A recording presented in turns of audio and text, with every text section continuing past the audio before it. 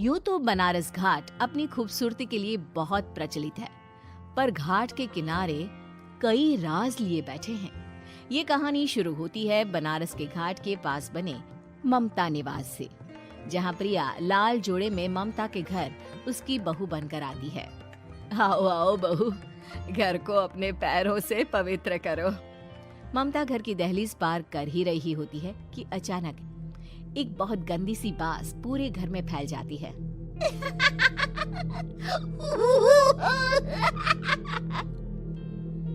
ये बदबू और ये आवाजें, ये कौन हंस रहा है माँ? अब ये पड़ोसी ना हमारे थोड़े अलग से है। कहाँ हम शाकाहारी और ये मांस मच्छी खाने वाले। छोड़, तू ध्यान मत दे और गृह प्रवेश कर। और हाँ बहू, अपनी सास की एक बात हमेशा याद रखना, इन पड़ोसियों से तो कभी बात नहीं करेगी। अच्छे लोग नहीं है ये। अपनी सास की ये बात मानेगी ना बेटा? हाँ माँ, जो आपकी मर्जी, मैं उनसे बात नहीं करूंगी। अगले दिन प्रिया अपनी पहली रसोई बनाने रसोई घर में जाती है। ये छोटी बात तो नाक में जा रही है। एक काम करती हूँ, खिड़की खोल देती हूँ। प्रिया खिड़की खोलने जाती है। इतने जाले, लगता है इस खिड़की को कभी खोला ही नहीं गया। पर ऐसा क्यों? ओह, नॉन वेज की स्मेल आती होगी ना। 2 मिनट के लिए खोल लेती हूँ, फिर बंद कर दूंगी। प्रिया खिड़की खोलती है। खिड़की खोलते ही उसकी नजर सामने वाले घर की खिड़की पर पड़ती है, जहाँ एक लड़की खड़ी होती है। हाथों में मेहंदी, लाल रंग की साड़ी, बिल्कुल सजी धजी, मानो प्रिया की तरह ही वो भी नई नवेली बहू हो। वो प्रिया को देखकर मुस्कुराती है।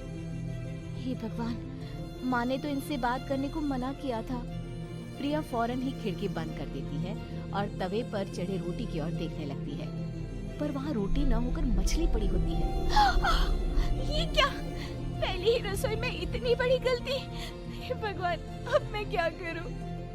प्रिया बहुत डर जाती है और फौरन रसोई की सफाई करने और फिर सभी के लिए खाना बनाने लग जाती है। जब वो सबको खाना परोसती है, सब तो ठीक है, मैं बेकार में चिंता कर रही थी। हे भगवान, ऐसे ही बस अपनी कृपा बनाए रखना। रात के वक्त जब सब सो रहे होते हैं, तब प्रिया को पायल की आवाज सुनाई देती है, जिससे उसकी आंख खुल जाती है। ये पायल की आवाज कहाँ से आ रही है? प्रिया उठकर उस आवाज के पीछे छत की सीढ़ियों तक जाती है। तभी उसे बच्चे के रोने की आवाज आती है। प्रिया छत पर जाती है तो क्या देखती है? वही लाल साड़ी वाली लड़की अपनी गोद में एक नवजात बच्चे को घुमा घुमा कर सुला रही थी। तभी प्रिया की नजर उसके पेट पर पड़ती है। ओह गॉड, ये तो प्रेग्नेंट भी है। सुनिए, बच्चा सो नहीं रहा है क्या? मैं कुछ मदद करूं? नहीं नहीं, आपके घर वालों को अच्छा नहीं लगेगा, मैं संभाल लूंगी। स्नेहा की गोद से बच्चा हाथ मारकर प्रिया की गोद में आने को छटपटाने लगता है। दोनों घर अगल बगल में बने होने के कारण प्रिया उस बच्चे को गोद में ले लेती है। प्रिया के पास आते ही वो सो जाता है।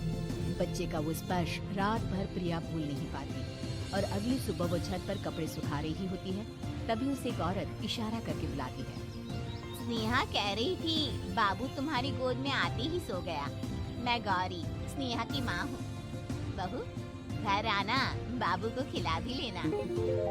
शाम को जब घर पर कोई नहीं रहता, बच्चे से मिलने के लिए प्रिया छिपकर अपनी पड़ोसन के घर चली जाती है और कुछ देर बच्चे को खिलाकर वापस लौट आती है। इसके कुछ दिन बाद ही प्रिया को पता चलता है कि वो माँ बनने वाली है। ममता की खुशी का ठिकाना नहीं रहता।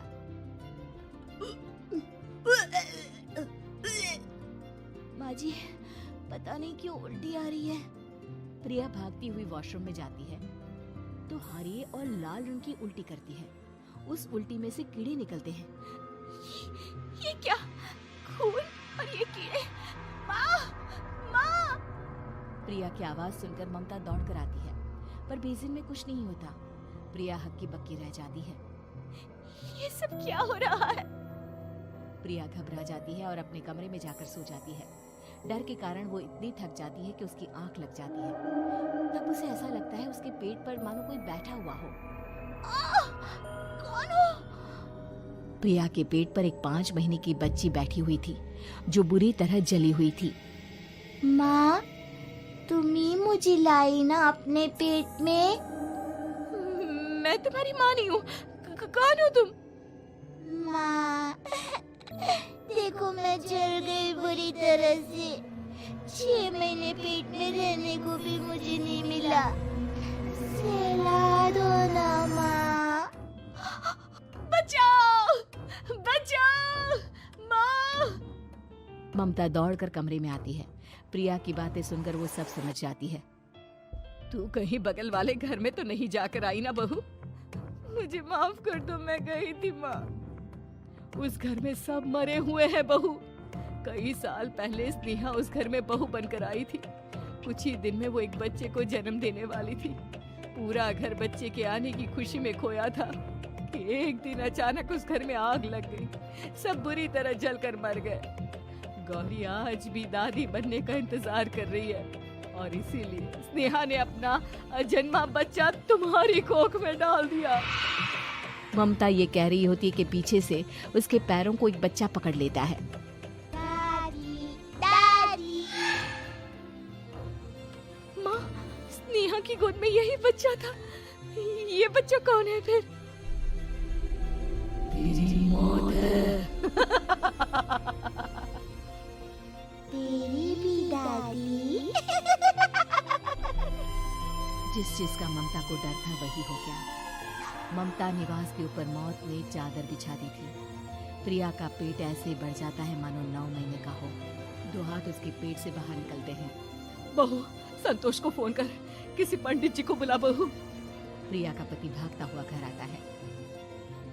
ये तो होना ही था माँ। तेरा बाप तेरे सामने आ गया तो तू सह नहीं पा रही है। स्नेहा घर में आग लगी नहीं थी, माँ ने लगाई थी, प्रॉपर्टी की लालच में।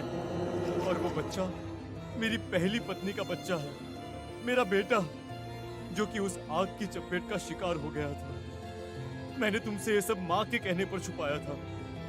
मुझे माफ कर दो प्रिया। तुम अगर चाहो तो यहाँ से जा सकती हो। मैं तुम्हें किसी भी बंधन में रखना नहीं चाहता। मेरी शादी हुई है आपसे, मैं आपको छोड़ नहीं सकती। पर उससे पहले हमें स्नेहा, उसकी माँ और बच्चे की आत्मा की शांति करवानी होगी। संतोष और ममता गौरी के घर जाते हैं। अंदर सब कुछ जला हुआ होता है। जमीन पर जली हुई लाशें बिखरी हुई थी। ममता रो रो कर अपनी करने की माफी गौरी से मांगती है। प्रिया स्नेहा के घर वालों का अंतिम संस्कार करवा देती है और ममता निवास फिर से आत्माओं के साए से मुक्त हो